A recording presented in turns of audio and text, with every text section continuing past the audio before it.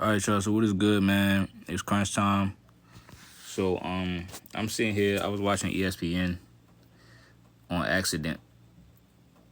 You know what I'm saying? Because I was in my living room and I was watching ESPN because it was on the TV. And I'm looking up. I'm like, yo, they talking about Bronny. And we all know that Bronny has rejected. For those that don't know, Bronny has rejected workouts from 10 teams. He's rejected workouts from 10 teams who would like for him to come work out. So let's start right there first, right?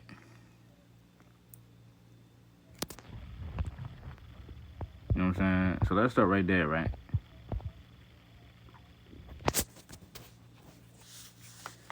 Uh, so Bronny James is somebody who averaged 4 points in college. And somebody who NBA scouts said that he's not ready for the league, and he wasn't really doing that well. And he has rejected 10 workouts from NBA teams. So you have to understand that people already feel as though you taking up other people's spots. People already feel like that. So for you to reject 10 workouts from teams, in my opinion, comes off as very, very entitled. Somebody who at first I was looking at Bronny like as if he was humble. Now I'm looking at now I sense a little bit of entitlement in the situation coming from Bronny this time. As the reports come out that he is rejecting workouts. 10 teams, dog. So guys that's working hard to get into the league would be blessed to have one. Would be blessed to get one workout from a team. For you to reject 10 workouts comes off as very entitled to me. That's number one. So he rejected 10 workouts, and he is saying that he only wants to play for the Lakers and the Suns. Either one of those teams. And remember, last week when the reports came out that Bronny and LeBron was thinking about going to Phoenix, everybody thought that I was crazy for telling y'all that came out. They was like, nah, yo, that's not true. But now he's saying, yo, I'm not trying to work out for no team. We not doing no two-way. Well, this is what Rich Paul says, is that Rich Paul says that he's not going to do a two-way contract because he is, nah, bro, I don't know, y'all don't. Because he, says that he only wants to play with Lakers and the Suns. And so that shows you something there. It shows you that he is dictating the league. It shows you that you know, the situation that the NBA is literally trying to get him in the league and do exactly what LeBron James wants to do. So, fast forward to the day. Like I said, I'm sitting there watching ESPN, right? I'm sitting there watching it, and I'm just looking at the segment that they doing on Bronny James, bro. And I'm just looking like, wow, they have really finessed this whole situation. Like, you would think, like, the way how they are talking about Bronny on TV, bro, it's like he was always gonna be the top prospect. Like they talking about him like Zion Williamson when he was coming out and stuff like that. Look at how much coverage that they are doing on this man. You said we really letting Win Dixie, Pat Beverly, trying to manipulate the league. This man, I just don't understand it. Like, they talking about him more than players that was projected going to win. And this is the thing. They trying to tell us, like, oh, it's no clear-cut number one pick. This draft class is weak. It's going to be a weak draft class. How? You said you're going to debate Kobe versus LeBron. I mean, Kobe over LeBron later. All right, bet I'm going to pull up there. We don't hear nothing about these top prospects. How is the draft class so weak? So let me get this straight, right? y'all tried to convince me that this era is so much better than the last eras, and this is the most skilled era that we ever been in. But y'all trying to tell me that the draft class is weak. So how we get to this point then? So now we got a weak draft class, right? Now we got a weak draft class, right? They said it's one of the weakest draft class in history. So, but earlier they said that this is the most skilled era, the best era. In the basketball has gotten to a point to where it's so talented now. Everybody is nice. But they saying this draft class is so bad though. You said one draft class don't control the whole era. I'm not talking about that. I'm saying how can we be in this good of an era of basketball and then we get to a point to where we got a whole draft class when you saying nobody in that draft class is nice.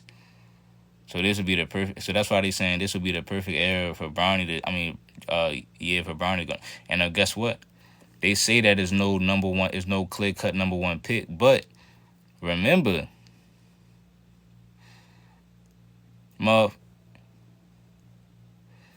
remember,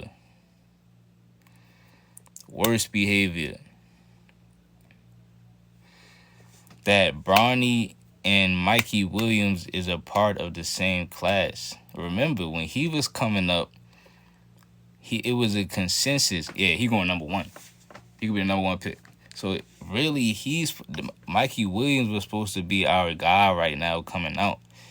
That's why I was showing y'all the comments of all of the fans that was saying that that Mikey Williams getting held back for this. So, that's why they were saying that. But we bring ourselves to right here to the day. The reason why I did this stream, man, is just to tell y'all the enormous amount of hype that they are putting on this man, Bronny James. And I'm not going to lie to y'all. I'm starting to see it. Imani Bates, too. Right, exactly. But I'm starting to see it, right? Like I said, at first I looked at Bronny, he, as a very humble kid who was really just trying to come in and honestly do things the natural way.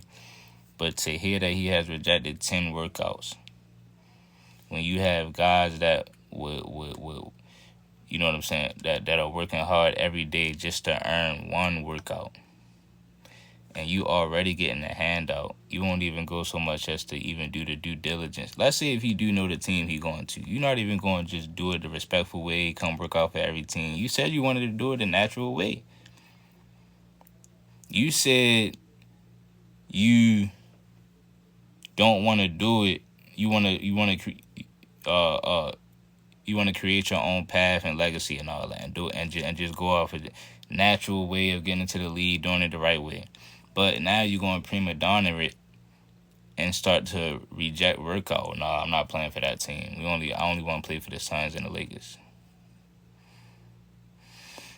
You said Bates and Williams has off-court problems. Well, Bronny James got off-court issues too, I thought. All right. Didn't he have, and I'm trying to be very respectful and sensitive to the topic, but didn't he have cardiac arrest? You know what I'm saying? So if he had cardiac arrest, that's off-court issues. So you got to take that into equation, because remember, Bol slipped all the way down in the draft just off the strength that he couldn't pass his physical, or he had something wrong with, he had an injury or something. So, you know what I'm saying? Or, motivational issues or whatever. They made up stuff. But when it comes to Bronny, when the on-court is bad, they switch it and they make up good stuff as far as off the court,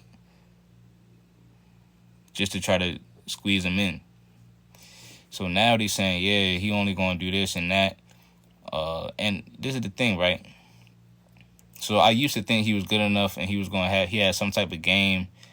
But the thing is, this is what I noticed. I already noticed that I noticed some arrogance by him rejecting them workouts, right? And now I noticed something else. I noticed something that's scary about Bronny James, right?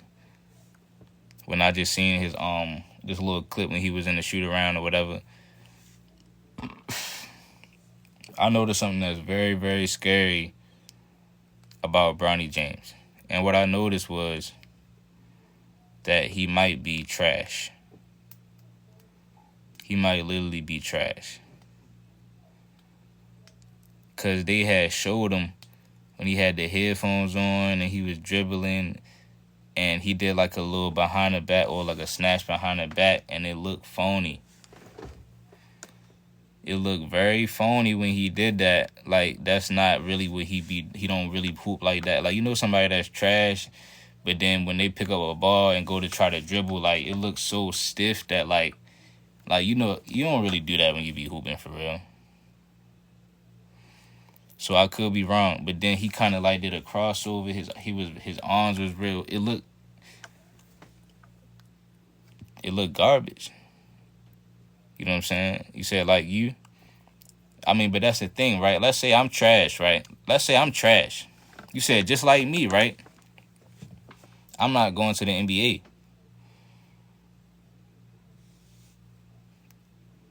Right? So they not talking about me on ESPN every day, talking about I'm about to go top 22 pick. So if it's just like me, then why I'm not going to the league? If it's just like me, dog, they don't even put me in the league.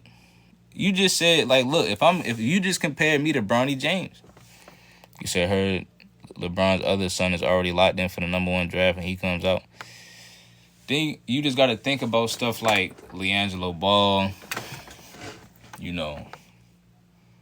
Because LiAngelo Ball, he ain't even get no fair shake. They was trying to come up with reasons why he shouldn't come in the league. When he was ready to come in the league, they was trying to push him out. You said Bronny cooks me. When I seen that, honestly, I'm not even gonna use myself. I think Akil Carr better than Bronny James. I think Fredo better than Bronny James. You know what I'm saying to you, dog? All these guys are better than Bronny James that you see that really puts in work and really should be in the league. You see what I'm saying to you, dog? Uncle School cook Bronny James. Like, do y'all know that? You said Bronny is better than Zachary. You said Jello is clearly not as good as his brothers. Bro, but Bronny not as good as his brothers. Bronny not as good as his brother. You said, Crunch, you ain't none of these people though for real. That's why I said I'm not gonna use myself. I'm not using myself. I'm trying to say there's other people I'm not gonna sit here and say I should be in the league. I'm not even half as good as a lot of other dudes that's not in the league. You know what I'm saying to you?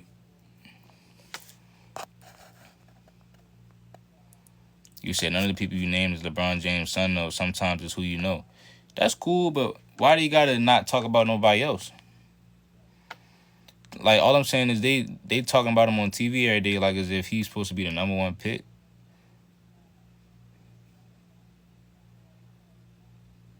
You know what I'm saying? Like, it's just nobody else that's that important. And if you even like, yeah, cool, like, you know, that's the thing. Like, yeah, it's sometimes it's who you know. That's cool. Cause honestly, if I had a son, if I had a chance to get my son in the league, I'd do it. But I'm just saying this, right? Let's say somebody got their opinion on they don't think he should be in the league. Why should they be criticized and get backlash for saying that? If you already know his spot, you already know he's going to the league. So somebody can't have their opinion on his game. You said the draft class is trash. How is the draft class trash? So what was up with the whole we done with the 90s and I thought y'all said this is the most skilled era of basketball ever. I thought everybody was nice. You know what I'm saying? They said basketball the most talented it's ever been in history. All that. You know what I'm saying? They said all of this. They said, you know, people coming from everywhere, overseas, all these guys. They said it's the most skilled era in history. They said right now is the most advanced that basketball has ever been. So you mean to tell me that once we get to this point, The draft class is about to come out is trash.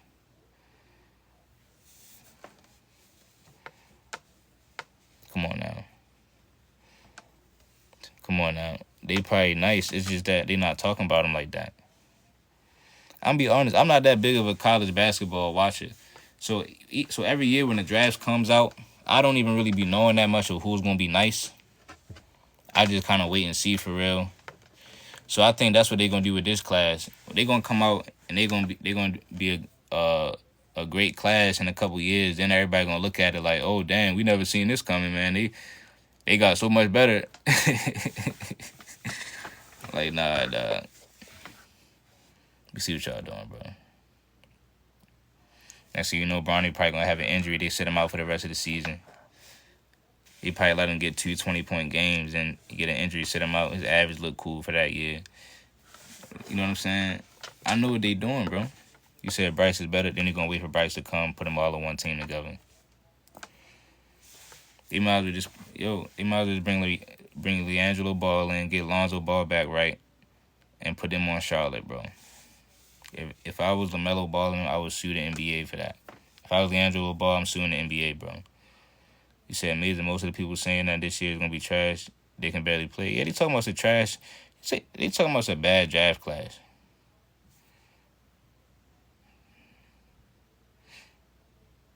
Like, I mean, come on, dog. How? You said crazy how many? You said Bronny's cooking Kyrie Irving. You said over the last 5 years, yes. Over the last 5 years, yo, we just drafted Victor Wembanyama. We just drafted Victor Wembanyama. You said Bronny is cooking Kyrie Irving. Oh, that's the same comment. Listen, dog. I'm off work on a Thursday, bro. That's random. You said Bronny wouldn't make number 1 in the WNBA. Yeah, I'd have drafted I drafted Juju Watkins. Juju Watkins the best player at USC last year. You said LiAngelo Ball was airballing in the league. Bro, Bronny James is gonna be so listen, it's gonna be bad, bro. I'm not gonna lie. Cause I looked at his bag, bro, when he was doing that shoot around, he's stiff. I don't know who told him how to play basketball. You said Bronny need to go to the Spurs. All serious coach. Greg will help develop his game. Yeah. But he just don't got it in him, bro. I'm telling you, I'm scared, bro. You said Melo better off the 3. LiAngelo Ball dropped 72, or like, what was it, 72 points in high school, bro. Are you kidding me? He dropped like 92. Yo, he's a pro player. Wasn't they playing overseas pro? Hold on, bro. Hold on, bro. Hold on, bro. We gotta look at this, dog.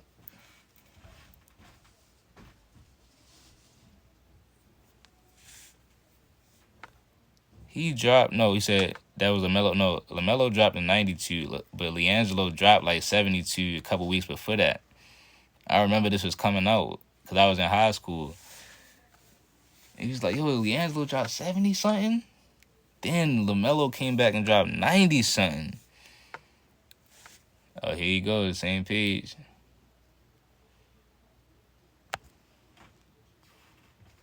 So, my career high.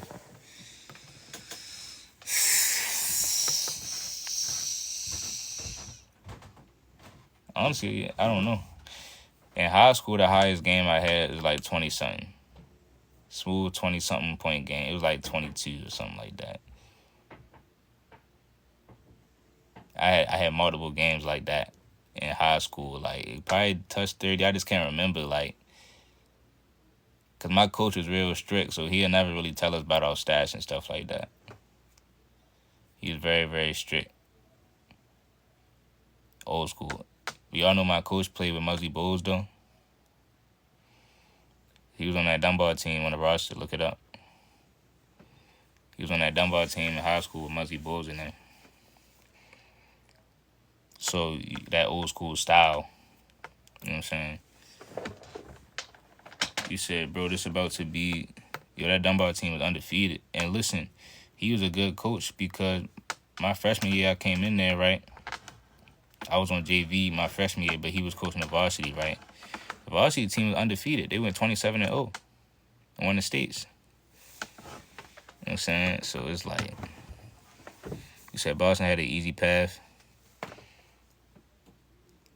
But my whole point to y'all is this, right? You got guys literally trying to get into the league, bro. And Bronny James turning down workouts.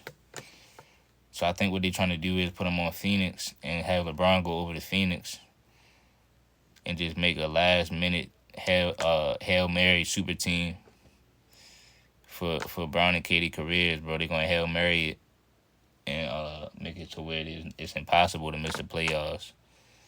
Hopefully they don't miss the playoffs and really look that bad. That'll be horrendous. You said Thanasis shouldn't be in the NBA. He has no potential like his brother, who's an all-time great. Yeah, I agree with that too, yo. They got guys in the league that's just taking up roster spots, bro. Like, even Thanasis, bro. Like, I mean, it's just weird, bro.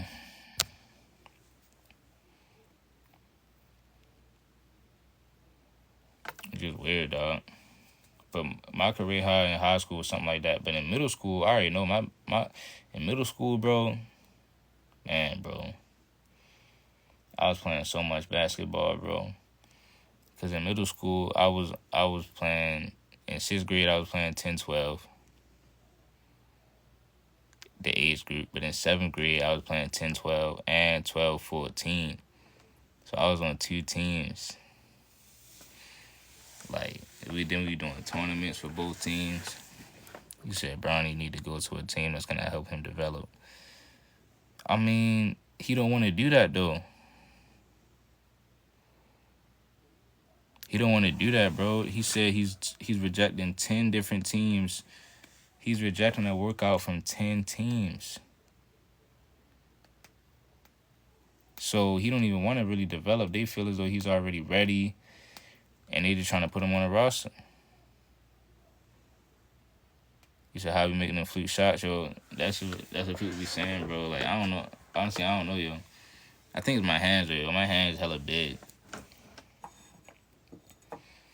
It's my hands, yo. Like my fingers look like this. So like I be grabbing the ball and stuff like that. You said 2-way contracts in today's NBA. 90s was gold. Yeah, bro, it's like people getting 2-way contracts. Like, come on, man.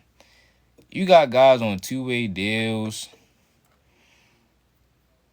When I'm apologizing to Tatum, I don't got nothing to apologize to Tatum for. Tatum didn't show me nothing. He didn't prove nothing to me. Tatum can't, like, he didn't prove nothing to me. And if you really think about this stuff, these past couple seasons, like, he always, Tatum and them, they playing the same teams. Like, it's either he gonna beat Miami or lose in Miami. Then this year, Jimmy Butler don't play. Donovan Mitchell quit. And whatchamacallit, and Halliburton got injured halfway through the series. The Magic should probably be good. He said that's not his fault. So I'm not apologizing to him then. You said it's not his fault. I'm not going to apologize to him then. But I ain't gonna lie to y'all. Let me know how y'all feel about this man, Bronny, dog. Y'all let me know how y'all feel about this man, Bronny, bro.